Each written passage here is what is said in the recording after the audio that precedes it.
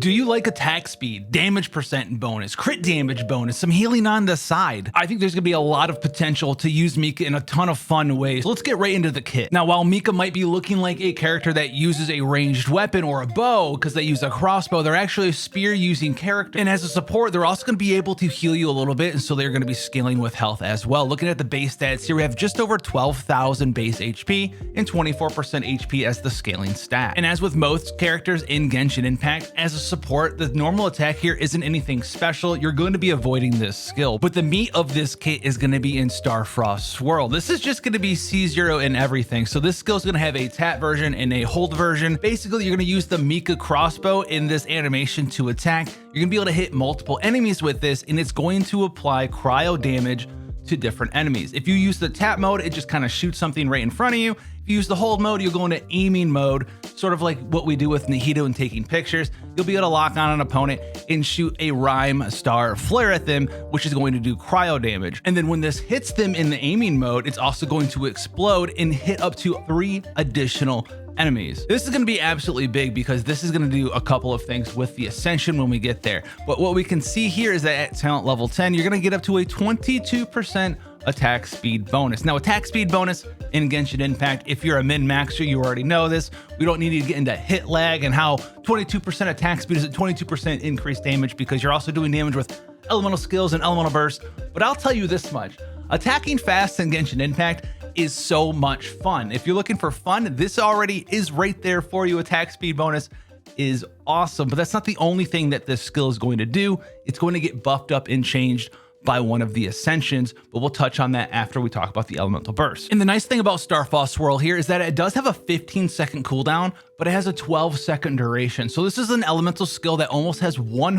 uptime on the buffs that it's providing you. This one right here, so far, the attack speed bonus. Now, the elemental burst here is going to seem very suspiciously familiar to another character, Chi-Chi, in the fact that it heals you when you attack something. Chi-Chi's, though, you have to attack the enemy affected by the talisman. With Mika, you're going to be able to just attack anybody, because Mika's is a buff on you, whereas Chi-Chi's is like a debuff on an enemy that'll help you heal. So Chi-Chi's main problem with her elemental burst in Genshin Impact has always been like, you go for the big healing with the elemental burst, you afflict people with this debuff, those enemies get defeated and no one has Chi-Chi's little debuff on them anymore, and so you can't really heal yourself with her elemental burst that way. Mika's not going to suffer from that problem because Mika's is a buff this way, so you'll just be able to have this 15-second duration buff that's going to heal you periodically when you attack people. Now, there is one downside here, and that is that not every attack you do with Mika's elemental burst active is going to heal you. It has a slight cooldown on it for the active characters. It's got a 2.5-second healing interval. And unlike Chi-Chi's, you don't heal based off of the damage you do, you heal based off of Mika's health, which is pretty nice because it allows you to heal up people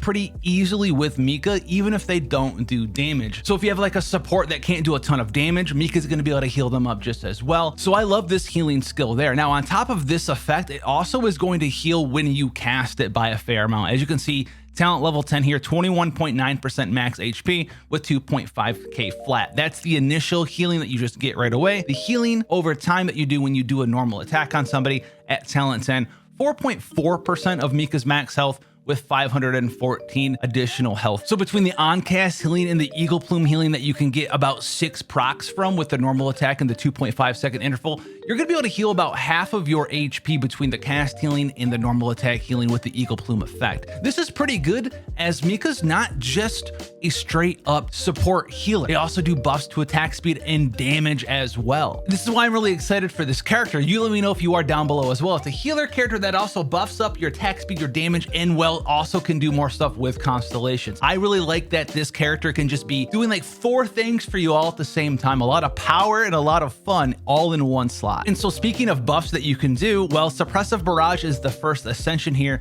and this is going to augment your elemental skill. Basically, when you elemental skill, like we talked about before, you can hit 1 to 3 enemies because it can blow up and then do additional damage. This is going to give you the Soul Wind state as well, which gives you that attack speed buff. The Ascension here is going to give you damage bonus based on how many enemies enemies that you hit. You can get up to 30% physical damage bonus from your elemental skill, because each enemy you hit is going to give you 1 stack of detector, and 1 stack of detector is going to be 10% physical damage bonus, and you can get up to 3 of these stacks. Now, every time you use your elemental skill, it's going to keep track of how many people you hit specifically with that elemental skill and give you that many stacks. You can't stack on stacks, right? If you do your elemental skill and hit 1 person, you get 1 stack. Then if you do your elemental skill next time and hit 2 people, you don't go to 3 stacks, you stay at 2 stacks. It's just whatever is the amount of enemies you hit with the last elemental skill is how many stacks you're gonna get. So you wanna hit 3 people with the elemental skill. Traditionally, this will be very easy to do with the hold mode because you can aim it and then it does the explosion of damage. This is gonna be 30% physical damage increase. I like that already. Now we have attack speed and physical damage on a character who we can heal our party into their cryo. So if you have another cryo character, you're also gonna be able to get cryo resonance. So this is a lot of power all in one character, and we haven't even gotten to the second Ascension yet. Now the second Ascension is gonna be kind of similar to the first Ascension. The second Ascension allows you to get 1 additional stack of detector. This is gonna be 10% more physical damage bonus. All you're gonna need to do is activate your elemental burst and your elemental skill at the same time. You're gonna be able to get 1 additional stack of detector because, well, someone's gonna do a critical hit, give you that extra stack, and now we're looking at 40% physical damage on top of our attack speed, and a healer and a character that does cryo resonance fairly well because, well, they're cryo. And this is just the base kit, and obviously with the base kit alone, we're looking at physical carries for our team. So if you're a fan of physical, you're a fan of Eula, you're a fan of Razor, you're a fan of maybe a physical damage Rosaria floating around somewhere. It's a lot of power that you can get in one kit. Attack speed, physical damage bonus, healer for yourself as well, and a second cryo character. So just like Rosaria and Mika, that's cryo resonance for you right there. Rosaria and Eula, that's cryo resonance for you right there. Here's another thing though, if you like characters like Razor, you don't have cryo resonance, but Razor's Electro and Mika's, guess what, cryo, so now you have super conduct already. That's why I love Mika so much. They play like this middle role as a support character. You have your healer set aside. You don't need to bring Bennett. You don't need to bring any of these other characters to defensively keep your team alive. And then on top of that, you get the attack speed bonus, which is nice for physical teams because I love attacking a lot with my normal attacks in physical teams. Sweet. And then you buff up your physical damage dealt as well. But the fact that Mika is cryo element plays so nicely because you either combine Mika with a electro character and get super conduct, or you combine them with another cryo character of your choice and get the cryo resonance, and you just bring a different electro character. So then you can get super conduct and cryo resonance at the same time. Now I will concede that Mika is pretty niche because, well, it's a physical carry, and physical hasn't gotten a lot of love in Genshin Impact, but that's why I love the fact that we have Mika now, because we're finally getting physical love. The last time we've gotten physical love, how many times can I say physical love, in Genshin was literally Eula, I think. Is this the last time we've gotten a character